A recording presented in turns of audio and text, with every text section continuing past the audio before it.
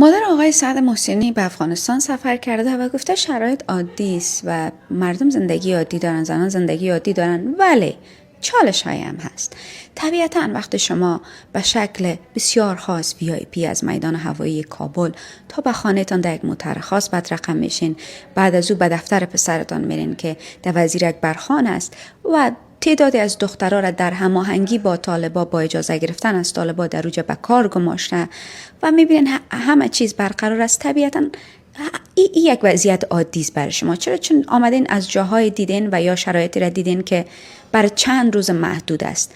من گپم این است که اگر مادر آقای محسنی و یا اگر خود آقای محسنی در مراسم عروسی یک دختر 16 ساله حضور داشته باشند که این دختر به خاطر از اینکه 5 سال از مکتب مانده خودش هم ناگزیر است که با یک آدم سن کلان 50 60 ساله ازدواج بکنه، خانواده‌اش هم میخواد بورسی در بیاره، چرا؟ چون شاید به خارج بره، در اوج برش فرصت تحصیل مساعد شوه و مراسم شادی همانند مراسم سوگ و عزاست.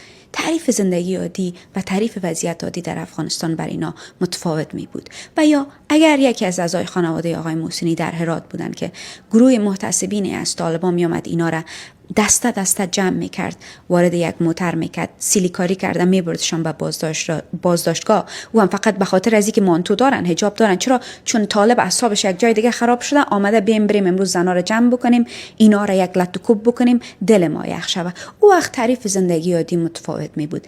من نمیخوایم نام کسای دیگر را بگیرم که به می فکر و یا به می باور هستند، ولی میخوایم میره بگویم که تعریف شرایط عادی در افغانستان آدم با آدم فرق داره.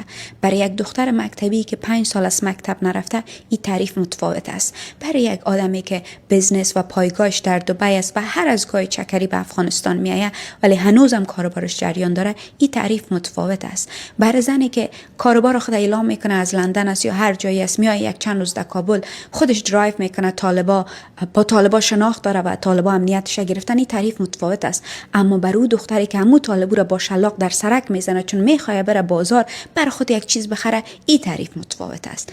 به یاد داشته باشیم که برای بسیاری از مردم این تعریف در 20 سال هم متفاوت بوده و امروز هم متفاوت است. و امروز هیچ کسی نباید حقی را برای خود بده که رنج زنان افغانستان که تحت حاکمیت جاهلترین گروه ممکن، ضد زنترین حکومت ممکن، رژیم ممکن اینا نفس میکشن را انکار بکنه.